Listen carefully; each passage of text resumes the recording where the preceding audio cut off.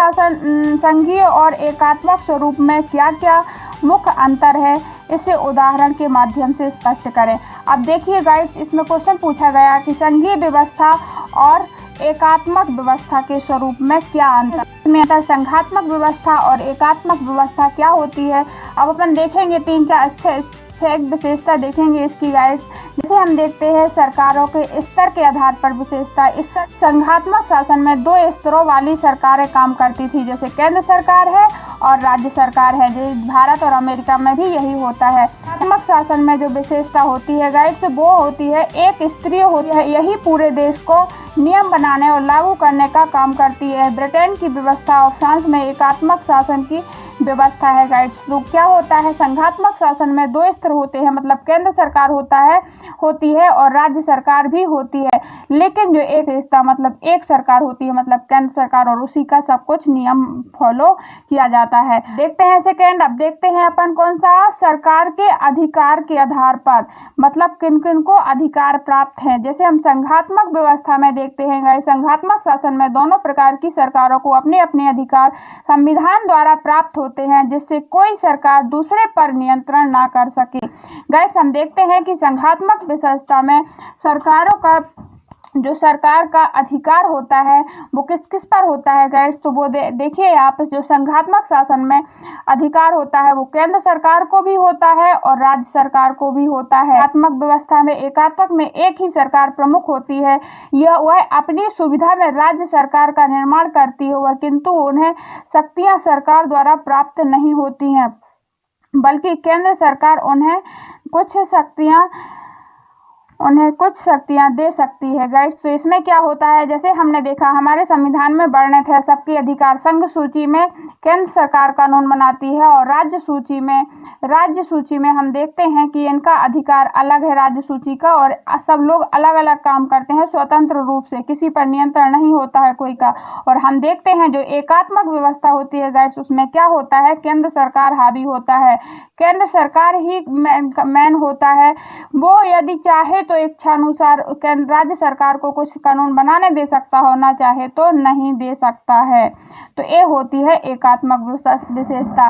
Third विशेषता संविधान संशोधन। अब संविधान का संशोधन में जो संघात्मक व्यवस्था है वो क्या रुख दिखाती है और एकात्मक व्यवस्था में क्या होता है गाइस। तो एकात्मक व्यवस्था में हम देखते हैं संघात्मक व्यवस्था में शासन में संविधान संशोधन प्रक्रिया जटिल प्रक्रिया द्वारा होता है, तो कई बार एकात्मक शासन में संविधान संशोधन की प्रक्रिया सरल होती है गाइड्स।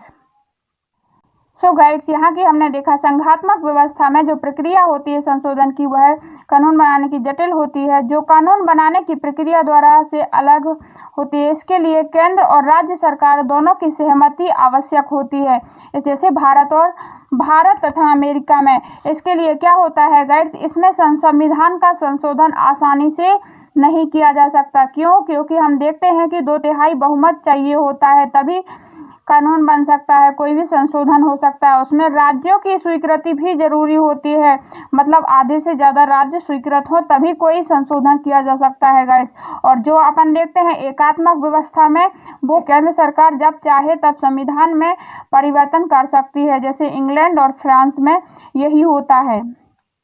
चलिए गाइस, अभी हमने विशेषता देखते हैं नागरिकता के आधार पर। नागरिकता के आधार पर क्या विशेषता है गाइस, संघात्मक शासन वाले देश में लोगों को अमेरिका में रहने वाले को कोई व्यक्ति अमेरिका का भी नागरिक होगा तथा जिस राज्य में वह रहता है वहां का भी नागरिक होगा। संघात्मक शासन में के देश में एक ही लोग को मतलब कि 2 नागरिकता दी जा सकती है, जैसे हमारे यहाँ पे नहीं है, पर संघात्मक शासन व्यवस्था में क्या होता है, एक ही लोग को 2 नागरिकता का अर्थ समझते हैं गाइस, मतलब वोट देने नागरिक कहलाने का अधिकार। जैसे हम बोलते हैं ना कि हम भारत के नागरिक हैं, तो वो लोग उनको 2 नागरिकता प्राप्त है। अमेरिका में यही बताया जाता है, अपने राज्य का भी बोला जाता है, राज्य की नागरिकता अलग होती है और एक होती है वहाँ के देश की नागरिकता। लेकिन हमारे भारत में ऐसा नहीं है गाइस, जिस राज्य में वह रहता है वहाँ का भी नागरिक कहलाएगा।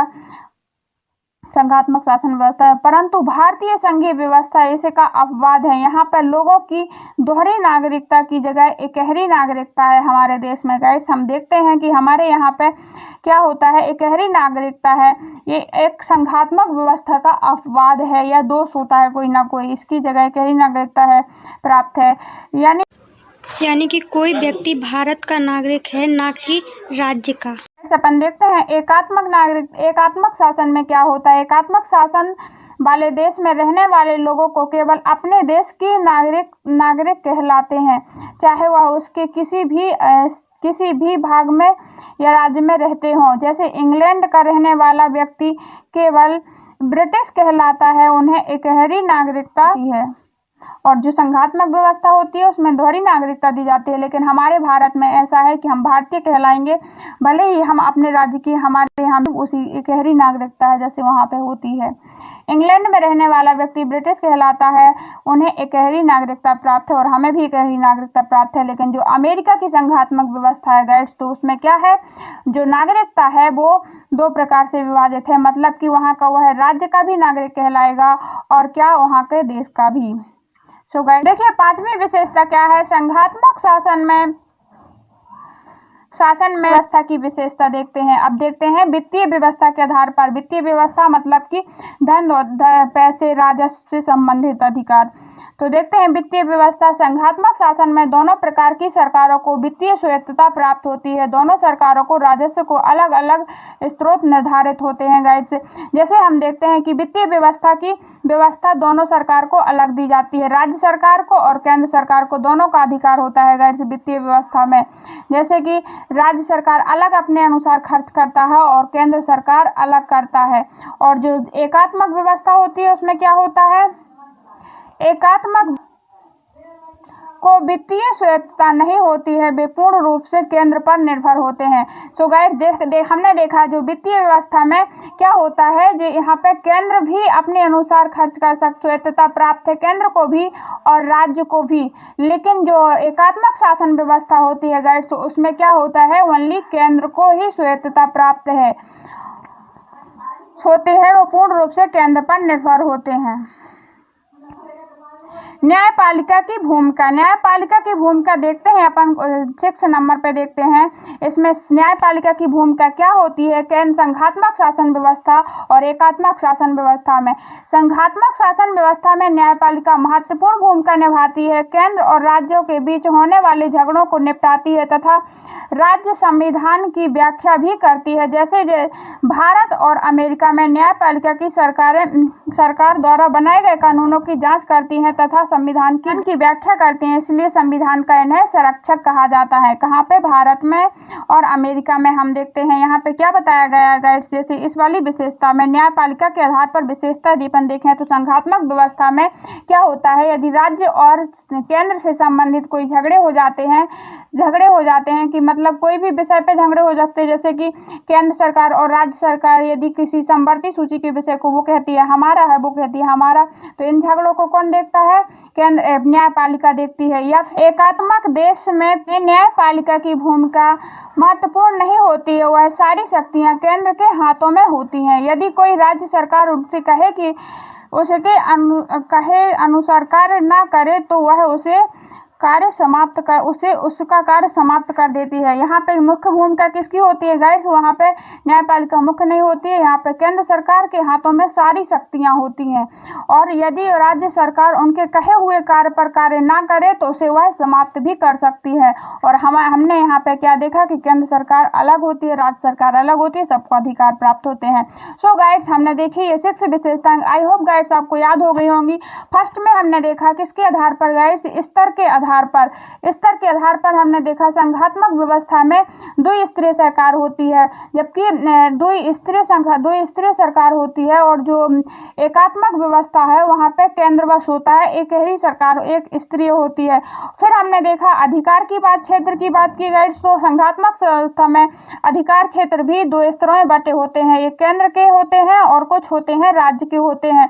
और जो राज्य के समवर्ती जैसे केंद्र सूची में, संघ सूची में राज्य राज्य का अधिकार होता है वो उनके संबंधित नियम कानून बना सकती है, और जो राज्य सूची होती है, प्रांत का अधिकार होता है, वो उससे संबंधित विषय पर कानून बना सकता है। फिर हमने दूसरा देखा गाइड्स, देखिए राज्य के स्तर के आधार पर देख लिया हमने, और कहा अधिकार क्षेत्र के आधार पर देख लिया।